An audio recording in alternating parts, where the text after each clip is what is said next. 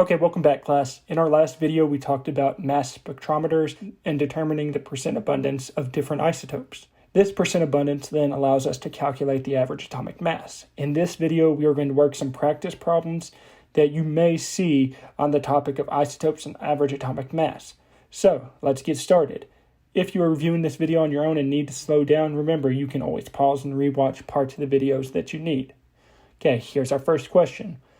Given the mass spectrum of zirconium shown below, calculate the average atomic mass of zirconium. So when approaching these types of problems that give you the mass spectrum, I first like to look at the chart and write down each of my isotopes. So in this case, I would write down zirconium 90, zirconium 91, zirconium 92, zirconium 94, and zirconium 96. After writing each of these isotopes out, I would then write the relative percent abundance indicated by the mass spectrum for each isotope. This means I would write out 51.5% next to zirconium 90, 11.2% by zirconium 91, 17.1% by zirconium 92, 17.4% by zirconium 94, and 2.8% by zirconium 96. Now that I have all my data organized, I can start solving the average atomic mass. To do this, I am going to multiply each isotope's mass by the relative percent abundance. After I've done that for each isotope, then I'm going to add these values up to get a calculated average atomic mass. So we go through this. 90 times 0.515, or 51.5%, gives me 46.35 atomic mass units. 91 times 0.112, or 11.2%, gives me 10.19 atomic mass units. 92 times 0.171 gives me 15.39 atomic mass units. 94 times 0.174 gives me 16.36 atomic mass units.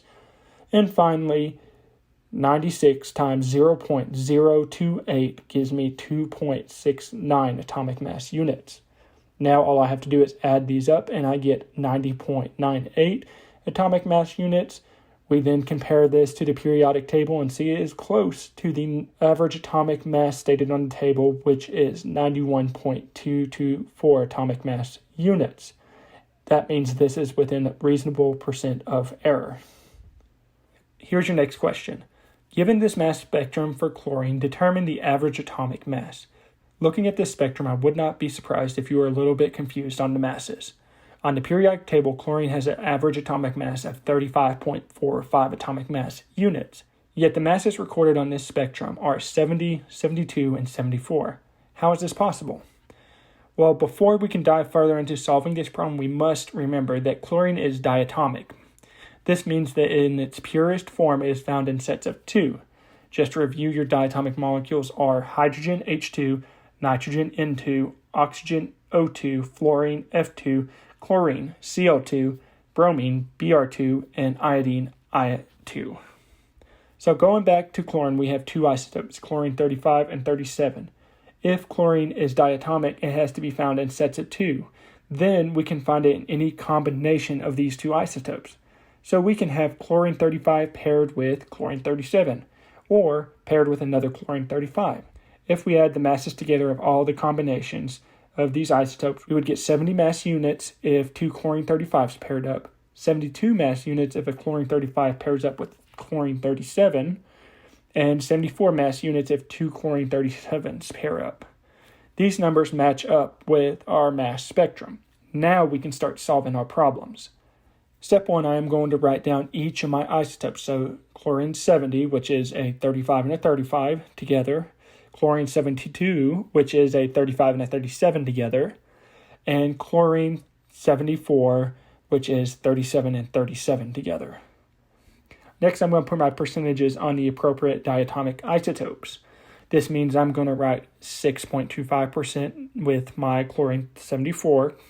I'm going to put 35.5% on the chlorine 72 combination, and I'm going to put 56.25% with my chlorine 70 combination.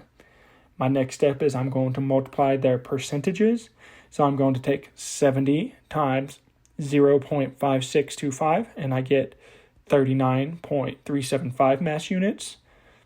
Then I would take 72 times 0.355 and get 25.56 mass units. For our last isotope, I would take 74 times 0.0625 and I would get 4.625 mass units. Once I find the sum of all these together, I get 69.56 mass units.